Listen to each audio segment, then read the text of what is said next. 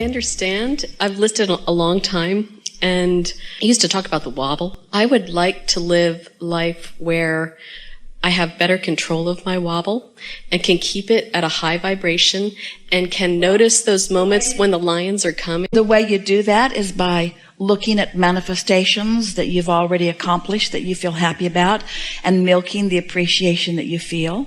By acknowledging that some things have manifested that were at one time and maybe even for a long time still in a vibrational state, and when you chilled out about it, then it came into easier view. You just have to massage your thoughts into those better feeling places. That really is the work. And we know, friends, it feels counterintuitive to humans who have been counting on your action to make things happen.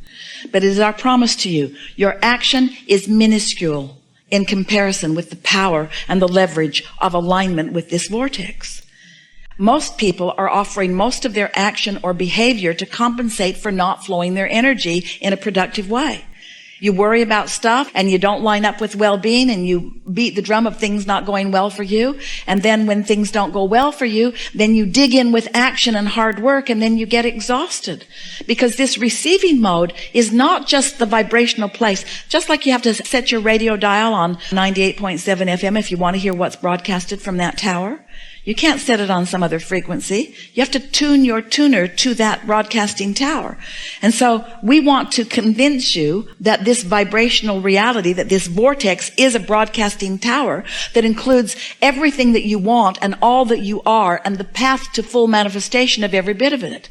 And if you can accept that that is so, and then you can just care about tuning yourself to it, which just means think thoughts that feel good, then everything will turn out the way you're wanting it to. Such a nice thing. You could have 5 things, we know you've heard this, that are important to you. There are always more than that, but let's say 5 major things. And 4 of them could be going extremely well and 1 of them not well. And you as humans mostly think that you better dig into that one that's not going well. And as you do, you tune to what's not going well, and you actually pinch off the well-being on the other 5 that were going well. Conversely, you could have only 1 thing that's going well and 5 things that are going awful. And you could focus upon the 1 thing that is going well, set your tone by your attention to that, and the other 5 would fall into alignment, because the receiving mode is the receiving mode. But when you believe that you have to work hard to compensate for inferiority or for past wrong deeds, or when you feel that you have to work hard in order to justify your existence, all of those things are so contrary to what your inner being knows about your readiness and your worthiness that you get crosswise of the energy, and then you do offer more effort, and then you get tired. Where if you're feeling good about yourself and others, if you're looking for positive aspects, if you're counting your blessings, so to speak, looking for reasons to feel good, not having knee-jerk reactions to so many things, then you're in the receiving mode. But the receiving mode is also the replenishing mode. That's where your stamina comes from. That's where your clarity comes from. That's where your vitality comes from. That's where the good ideas come from. But most humans, we love you so much, you know what's coming next. You are reacting to things. So you're looking around, wanting to be objective, and that's a good thing because you got to sift in order to launch those rockets. But as you're looking around so often, instead of identifying what you want and running with it, you are having a reaction to what you don't want. And when you are reacting to what you don't want, then you're putting more emphasis on that. So you're actually often vibrating more in contrast to what you want than you are in harmony with what you want. Every subject's 2 subjects. What is wanted and the absence of it. So sometimes you're thinking that you're thinking about money when you're really thinking about not having enough of it. Sometimes you're thinking about having or getting or improving a relationship when often you're thinking about the absence of a relationship or something about the relationship that you've got that you don't want.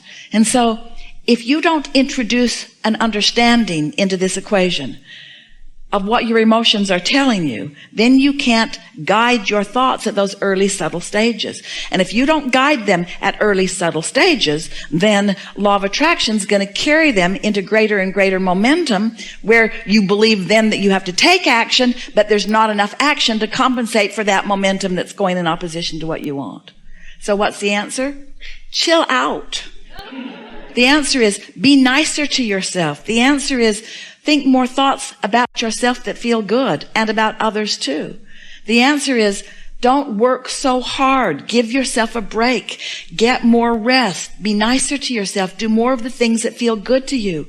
That's the way you turn this around. You got to give yourself a break. You cannot demand yourself into alignment. You can't effort yourself into alignment. You've got to release. You've got to let go. You've got to let go of resistance. When you let go of that cork, we promise you it will float, you see. So, we've written a few books. And they are significant because they are the pieces that you are looking for. The first book of significance, Ask and It Is Given, in the back of it has 22 processes, each one offered to you to help you to release resistance. Each one offered to just help you release resistance. We don't need to teach you how to goose up your desire. You can't help that. But when you release resistance, then your desires become more dominant, more predominant. You see more evidence of them coming about. We would read the 22 processes in the back of that book if we were standing in your physical shoes. The next book of significance that we wrote for you, it's talking about deliberate creation. It's about focusing, and it's about taking the way you feel and using it as the reason that you think the thoughts you think. It's about taking a thought that doesn't feel very good and either choosing another thought altogether or massaging that thought until it feels better.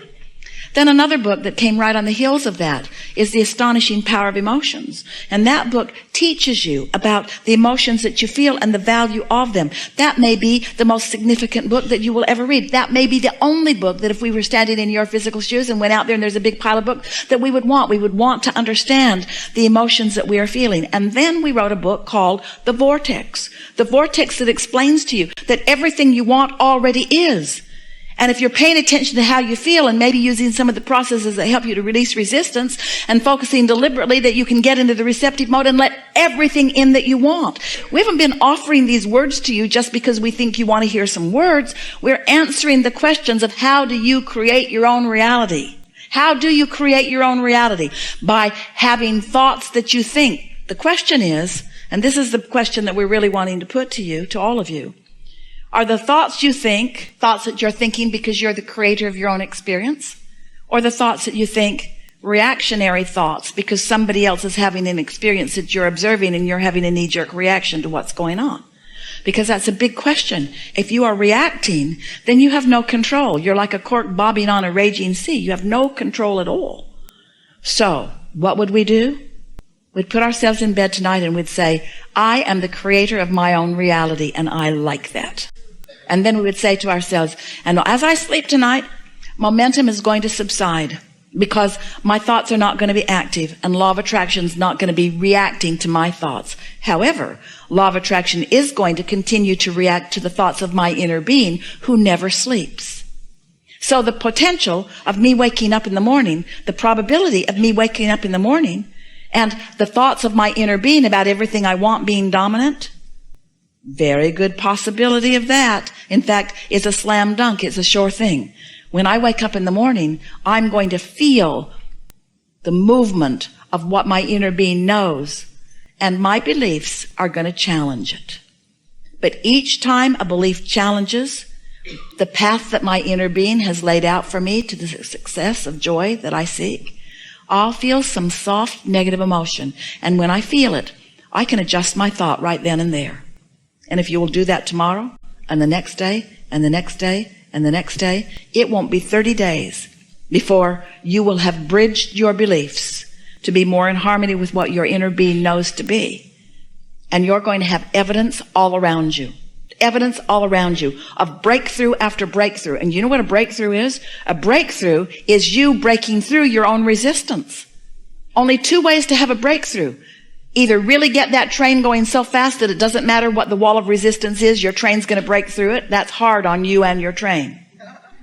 Or, little by little, release the resistance so there is no hindrance to who you are and what you're asking for.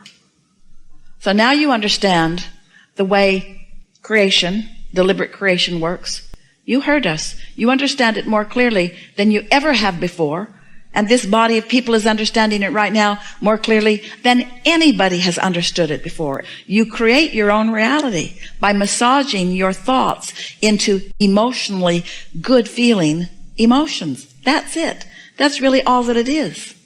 That's really all that it is. I've heard it before. I've heard you say that, and I've tried going to bed at night and setting an intention. And now listen to what you're doing here, because you're beginning right now, even with all of that, to argue for your limitations just a little bit. Because we stacked up about 47 engines going that way, and then you said, I've tried it before, and I'm not so sure that it's working for me. I'm a good focuser, and it works when I go that way. It works that way too. But catch yourself doing that, in other words, and that was your knee-jerk. In other words, when we say you create your own reality, your knee-jerk, given the vibration that you hold, is, I'm not so sure about that because I don't think I would do things that I don't want to myself. That's a sort of knee-jerk reaction. And so we don't want you to heed our words or follow our words or do what we say. We want you to care about the way you feel and choose better feeling thoughts. So our question to you, to all of you, is, how do you think you came to being willing to endure negative emotion? What's up with that? Why would you choose a thought that doesn't feel good when you could choose a thought that does feel good? Well, maybe it's because you wanted the contrast to help you really launch some rockets. Maybe you wanted to be a little hard on yourself so that you'd ask in a stronger way. Maybe you wanted to deprive yourself of what you really want for a while so that you really care about it. Sometimes you do that to your kids. You say, no, wait till your birthday or wait till Christmas. I want you to really want this before you get it. Because then when you get it, you'll really like it. So you sort of train yourself to hold yourself apart from the well-being that would be there all of the time. But we're really putting a straightforward question to you, to all of you. Why would you, what would cause you to be willing to deprive yourself of feeling good? Why would you beat up on yourself? And the answer is, you don't like yourself very much.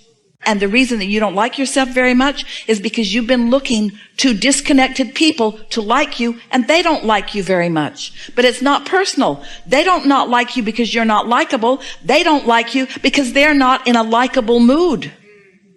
It's not personal.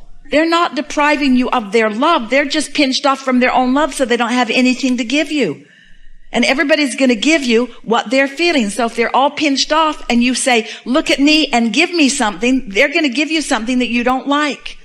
And then you're going to get used to what it feels like not to be liked. And all along, your inner being is loving you so much. Every time you're not being loved by someone, your inner being is loving you more because you're asking for it stronger. So the more Source loves you, and the more you don't let yourself feel the love of Source, and the more you look through cracks of others for them to love you, and the more you become dependent upon them, those flaky human friends, they're just not consistent. They're so fickle. Oh, they'll love you if you'll do everything that they want you to do. But boy, you better not let up for a minute. And their love for you will stop because it was contingent upon you pleasing them, because we love you so much. But you've got this backwards, and you've had it backwards for quite a while, haven't you? But when you get it turned around and you begin to accept that when I feel love, that means I've opened the conduit, and the love that is me is flowing through me. Not through me only to others, but through me and to me and through me. When you're loving someone else, do you know who receives the greatest benefit of your love? You do, because your valve's wide open and every cell of your body is resonating with the love that is flowing through you, you see. You gotta stop looking for lovables in order to love. You gotta love just because that's what you do. You love.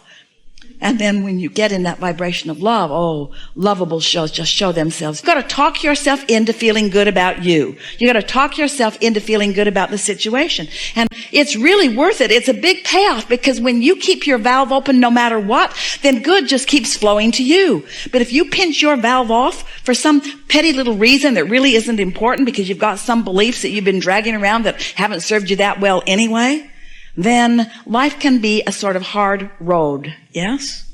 Yeah. This seems like an exceptionally good time for a segment of refreshment.